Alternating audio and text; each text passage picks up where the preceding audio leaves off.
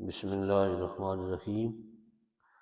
آج کی جو ہماری ویڈیو ہے اس کا موضوع ہے کہ قرآن پاک کی تلاوت کے باطنی آداب۔ باطنی آداب کا مطلب ہے کہ دل کے اندر کون سے آداب کا خیال رکھنا چاہیے۔ ایک اس سے پہلی ویڈیو ریکارڈ کرائی ہے، وہ ظاہری آداب ہیں، اور اب وہ جو کی جا رہی ہے باطنی آداب ہیں۔ قرآن مجید اللہ پاک کا کلام ہے، تو اس کے اندر ویڈیو میں جو پہلی جو لکھی گئی ہے، پہلا پوائنٹ جو لکھا گیا ہے وہ ہے کہ کلام پاک کی عظمت دل میں رکھے کہ کیسا عالی کلام ہے۔ آدمی جو بھی کتاب پڑھتا ہے، بک پڑھتا ہے، تو اس کا جو آتھر رائٹر ہوتا ہے وہ اس کے بارے میں ایک نظریہ قائم کرتا ہے کہ اس کی پیدائش فلاں سن کی ہے، اتنی اس نے عمر پائی ہے، یہ جو اس نے کام کیے ہیں، یہ بکس لکھی ہیں، ان کے انالیسس کرتے ہوئے دل کے اندر ایک اس کا سٹیٹس ہوتا ہے، ایک مقام ہوتا ہے۔ اللہ پاک کا جو مقام ہے وہ تو سب مخلوق سے بڑھ کر ہے، اور اس کا کلام بھی عالی شان کلام ہے، اس جیسا کوئی کلام نہیں۔ اسی کلام پاک پڑھنے سے پہلے جب دل کے اندر اللہ پاک کی بڑائی ہو، اللہ پاک کا بڑا ہونا دل کے اندر ہو کہ وہ ذات کتنی بڑی ہے، اس کا کلام بھی ایسا ہی ہے کہ اس کا اعجاز ہی اتنا قرآن پاک کا کہ لوگ اس کے مقابلے میں عرب کتنے فصیح زبان تھے لیکن ایک آیت نہیں پیش کر سکے۔ دوسرا اس کا جو ادب ہے کہ حق سبحان و تقدس کی علو شان اور رفعت و کبریائی دل میں رکھے، یعنی اللہ پاک کا بڑا ہونا، اللہ پاک کی ذات کی پاکیزگی، اللہ پاک کی بڑائی، یہ دل کے اندر ہو، کیونکہ تکبر کے لائق ذات صرف اللہ پاک ہی کی ہے۔ تیسرا پوائنٹ ہے کہ دل کو وساوس سے پاک رکھے، دل کے اندر وسوسے خیالات نہ آئیں۔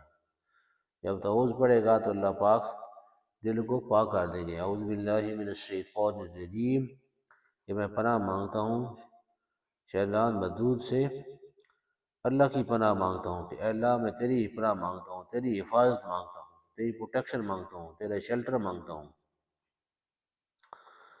اور جو چوتھا پوائنٹ ہے وہ ہے معانی کا تدبر کرے، یہ قرآن پاک میں پڑھ رہا ہوں، اس کے معنی کیا ہے، اس کی ٹرانسلیشن کیا ہے، اس کا مطلب کیا ہے، کیا کہا جا رہا ہے، پھر اس کا کمپیریزن کرے اپنی عملی زندگی کے ساتھ۔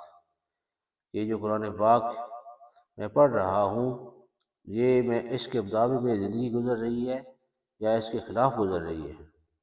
اگر قرآن پاک کی تعلیمات کے مطابق زندگی گزر رہی ہے تو اللہ پاک کا شکر ادا کرنا چاہیے۔ اگر کلام پاک کی تعلیمات کے خلاف زندگی گزر رہی ہے تو پھر توبہ کرنی چاہیے اور اپنی زندگی کو درست جو راہ ہے، راہ راست ہے، صراط مستقیم ہے، اس پر ڈالنے کی کوشش ہمت کرنی چاہیے۔ اللہ پاک سے مانگنا بھی ہے اور اپنی آپاس جو طاقت ہے اس کا استعمال کرنا ہے، اپنی صلاحیت ہے اس کا استعمال کرنا ہے کہ میری زندگی قرآن پاک کی تعلیمات اور نبی پاک صلی اللہ علیہ وسلم کے طریقوں کے مطابق گزرے، دوسروں کے لیے میں بھلائی کرنے والا مان جاؤں، حقوق اللہ حقوق العباد دونوں کا خیال رکھنے والا بن جاؤں، شرک سے میری زندگی پاک ہو جائے، میرے اندر اللہ پاک کی طاقت قدرت کی اہمیت دل کے اندر آ جائے۔ اللہ پاک کا کہنا ماننا آسان ہے۔ قرآن پاک کی جو کتاب ہے اتری ہی اللہ پاک نے اتاری ہی لوگوں کے فائدے کے لیے، جن لوگوں نے، چاہے وہ مسلمان ہیں چاہے غیر مسلم ہیں، جس نے بھی قرآن پاک کی تعلیمات پر عمل کیا تو دنیا کے اندر بھی اس کی عزت پائی، اور مسلمان کے لیے دونوں جہان ہیں، دنیا بھی اور آخرت بھی ہے۔ دونوں جہانوں کے اندر کامیابیاں اور کامرانیاں صرف قرآن پاک کی تعلیمات کو عملی زندگی کے اندر جو ہے نا وہ لانے کے اندر ہے۔ ہم نے دونوں کام کرنے، ایک ہے قرآن خوانی یعنی قرآن پاک پڑھنا، ایک ہے قرآن فہمی قرآن پاک کو سمجھنا۔ دونوں چیزیں ضروری ہیں، قرآن خوانی بھی ضروری ہے اور قرآن فہمی بھی ضروری ہے، دونوں چیزیں ضروری ہیں، قرآن خوانی بھی ہو اور قرآن فہمی بھی ہو، فہم بھی، اس کی سمجھ بھی ہو۔